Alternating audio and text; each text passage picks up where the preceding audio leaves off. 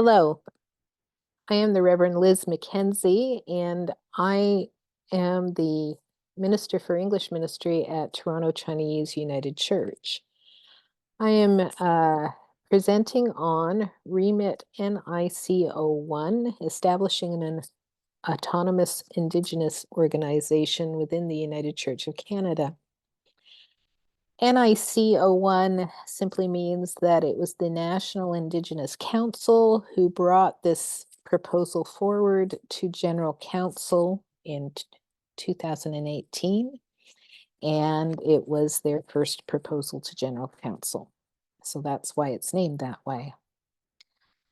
I'm wondering if you know what a remit means. In the United Church language, it means that it is a vote that is taken from a wider group of people than just the General Council representatives. And so this remit is actually called a Category 3 remit because it is sent out to the widest possible group to vote on, and that is all of the regional councils and all of the pastoral charges of the United Church of Canada for their governance bodies to vote on. A Category 3 remit happens because the proposal is a substantive or denomination shaping change to what we call the basis of union, the ground document for how the United Church of Canada was formed and what informs who we are as the United Church of Canada. For a category remit, the General Council must send out information and study material so that everyone who is required to vote on this is prepared to vote and understands what the vote is about. And the proposed change has to be sent to all governing bodies of every pastoral charge and the regional council for a vote by each of those governing bodies. The question that we are being asked to vote on, or the governance body of Toronto Chinese United Church is being asked to vote on, is does the regional council or pastoral charge governance body agree to amend the basis of union to reflect that the United Church of Canada will be organized as follows? Within the current 3-council structure, that stays the same. And then it added to the structure is an autonomous national Indigenous organization. And that once the new autonomous national Indigenous organization is established, it will have its own mechanisms to make any future changes to its structure and processes, and therefore will not be subject to the remit process under section 7.4.1 of the Basis of Union, and the changes required for the establishment of the Autonomous National Indigenous Organization.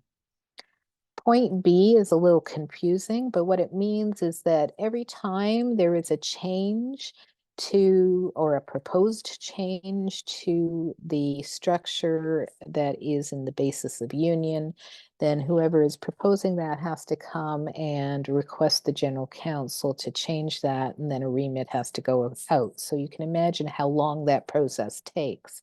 The National Indigenous Organization is requesting that it not have to do that each and every time it decides on what its new structure will look like, and also gives them the capability of changing their structural organization within their organization the same way that regional councils now have the ability to do.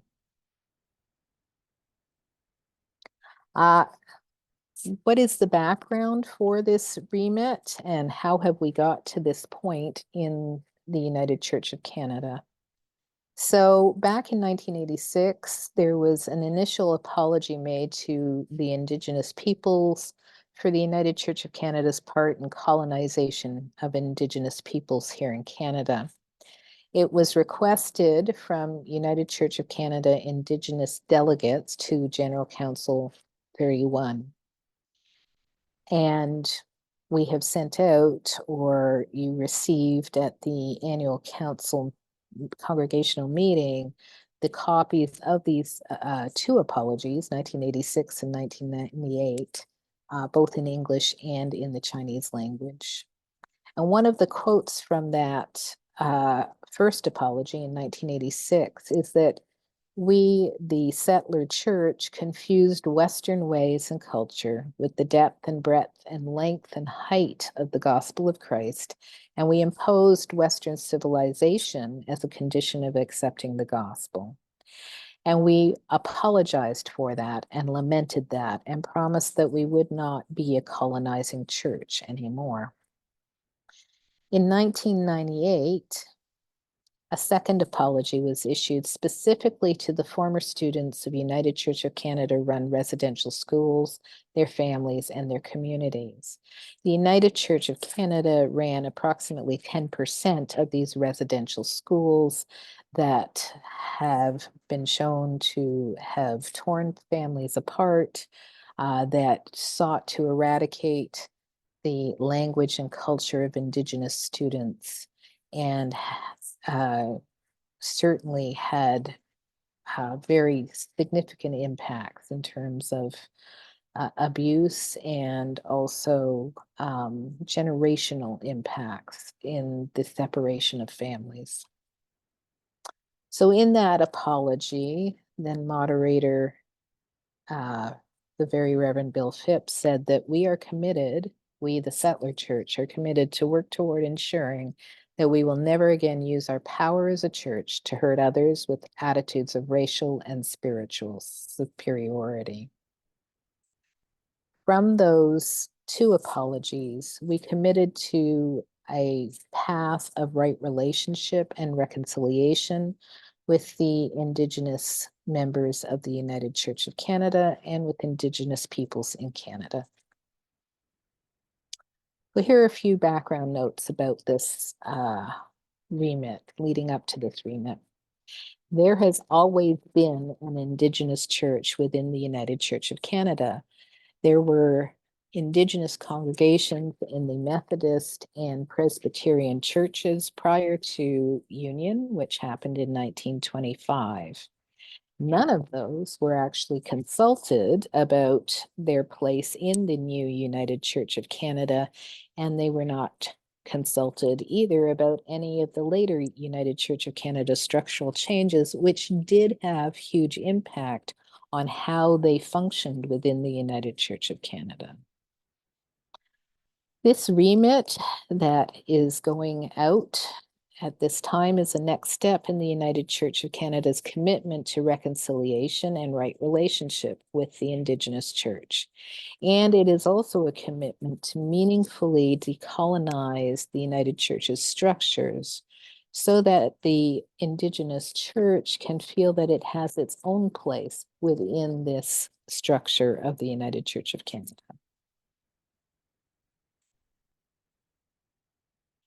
So the United Church of actions taken toward right relationship with Indigenous peoples so far, as I mentioned, the apologies of 1986 and 1998. And then in March of 2012, the United Church of Canada formally repudiated the doctrine of discovery. And that doctrine of discovery was based on papal bulls from the mid-1400s, which were the basis of European colonization. And the summary of those papal bulls said that if there were no Christians on the land where explorers came to, then that land was deemed empty and it could be colonized by whichever European country was sending its explorers to it. That caused huge colonization impacts on the Indigenous peoples of Canada, as it did on many other Indigenous peoples around the world.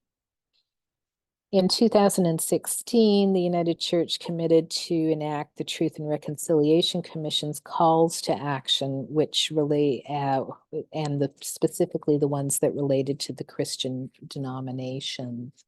The Truth and Reconciliation Commission finished its work in 2015, and that was a national commission that heard the testimony from Indigenous peoples who were sent to residential schools and the tragic consequences for many that happened in those residential schools. And then in 2019, the General Council 43 received the caretakers' calls to the church. And those calls to the church were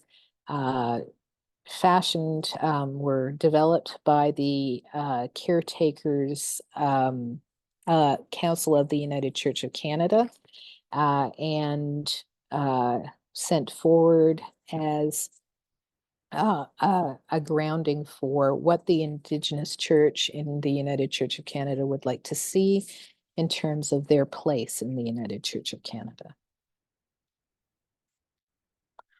So, speaking of the Truth and Reconciliation Commission calls to action, number 48 is particularly relevant to this remit.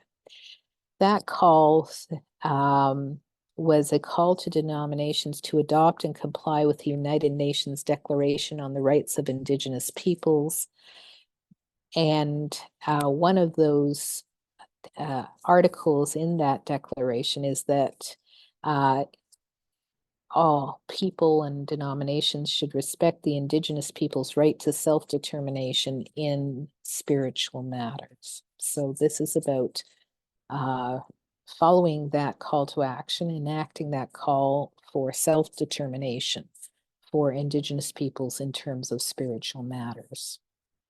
As well, the caretakers' calls to the church were a response to the United Church of Canada's comprehensive review that led to the structural change implemented in 2019, where the United Church of Canada went from what was a four-court church, so denomination, conferences, presbyteries, pastoral charges, to a three-court structure, which is what we are in now: denomination, regional councils, pastoral charges. This is the Indigenous Church's vision of how they will have their structure within the United Church of Canada. This is not about the Indigenous Church leaving the United Church of Canada. It is how they will be self-determining within the United Church of Canada. It was written by the caretakers of the Indigenous Circle, and it was affirmed in 2019 by the United Church of Canada's National Aboriginal Spiritual Gathering. It was then received by General Council 43 in 2019, and it is what the Indigenous Church is telling us is a foundational document for right relationship between the Indigenous Church and non-Indigenous Church of the United Church of Canada. The General Council 43 agreed that this is a foundational document for all of us. The calls to the church envision a self-determining Indigenous church within the United Church, founded on Indigenous knowledge and teachings. It also animates or enacts the United Nations Declaration on the Rights of Indigenous Peoples and the principles that are contained in that. And it desires to live into right relations with a repentant church and pursue the original Indigenous desire for friendship, peace, and the strength that comes from respect. So since 2019, there has been the creation of a new Indigenous governance structure called the National Indigenous Council. In July of 2022, the National Indigenous Church brought forward the proposal NIC 01, and it is a vision of the two parts of the United Church of Canada, Indigenous and non-Indigenous, working side by side or paddling two canoes in the same river side by side, as it is sometimes described. It recommends the identification and removal of all the structural barriers to developing and sustaining an autonomous Indigenous church within the United Church of Canada.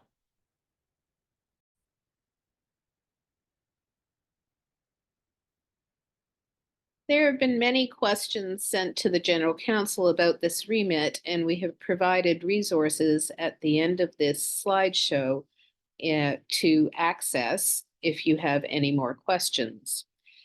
In this presentation, we have provided 3 questions and answers that we think will be of interest to Toronto Chinese United Church.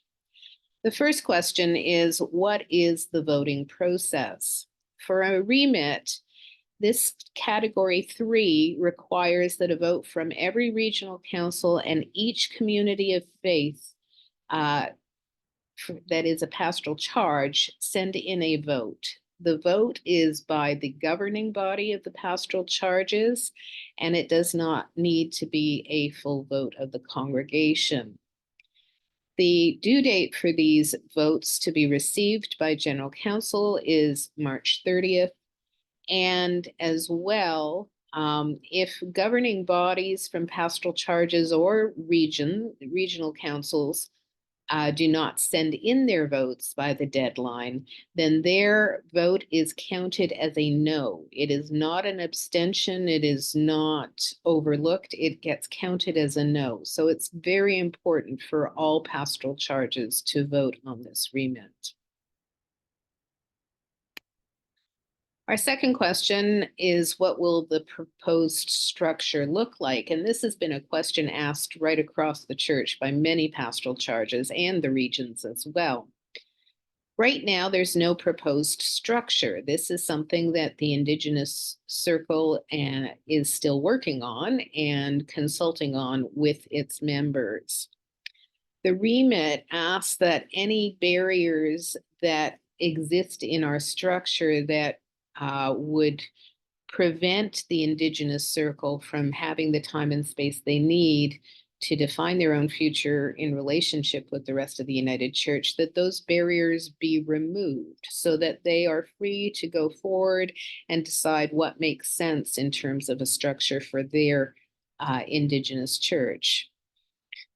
There is one thing for sure. The Indigenous Circle is very clear that they want to continue on in relationship with the United Church. This is not about leaving the United Church. This is about finding their own way of being and doing the work of the church within the United Church of Canada. And they want it to be something that respects their traditions and their culture and is not something imposed on them by the non-Indigenous church.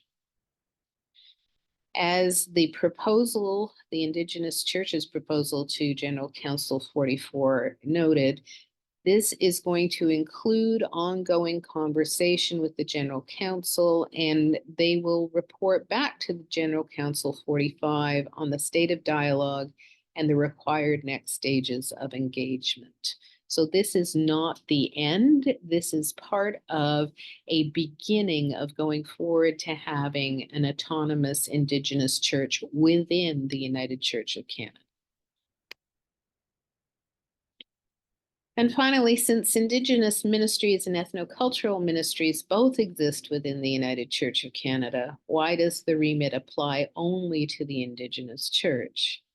And this is an important question.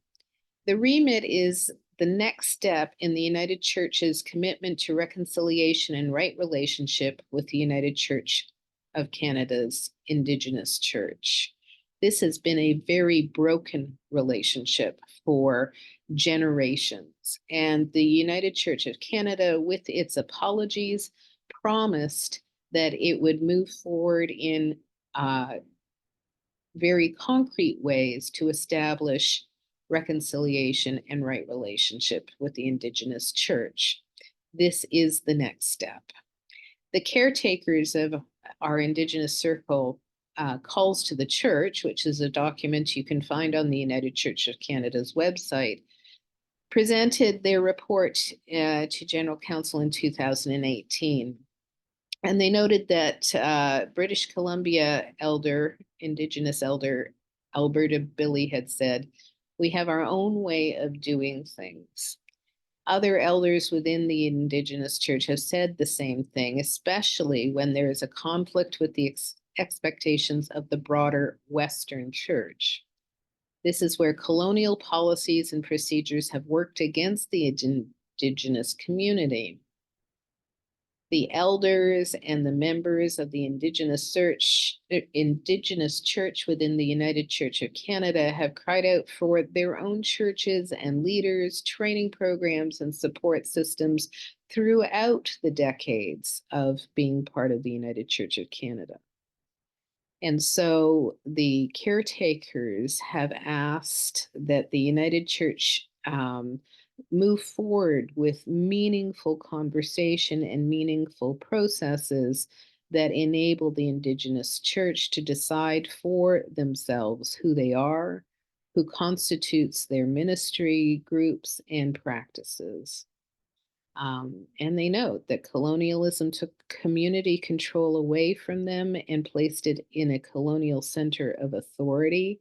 And they would like now to move forward in a relationship of reconciliation and right relationship where the colonialism is removed from our structures for the Indigenous circle. And finally, there are further resources for your information, and you can always speak to Reverend Kathy or Reverend Liz about this remit. Thank you.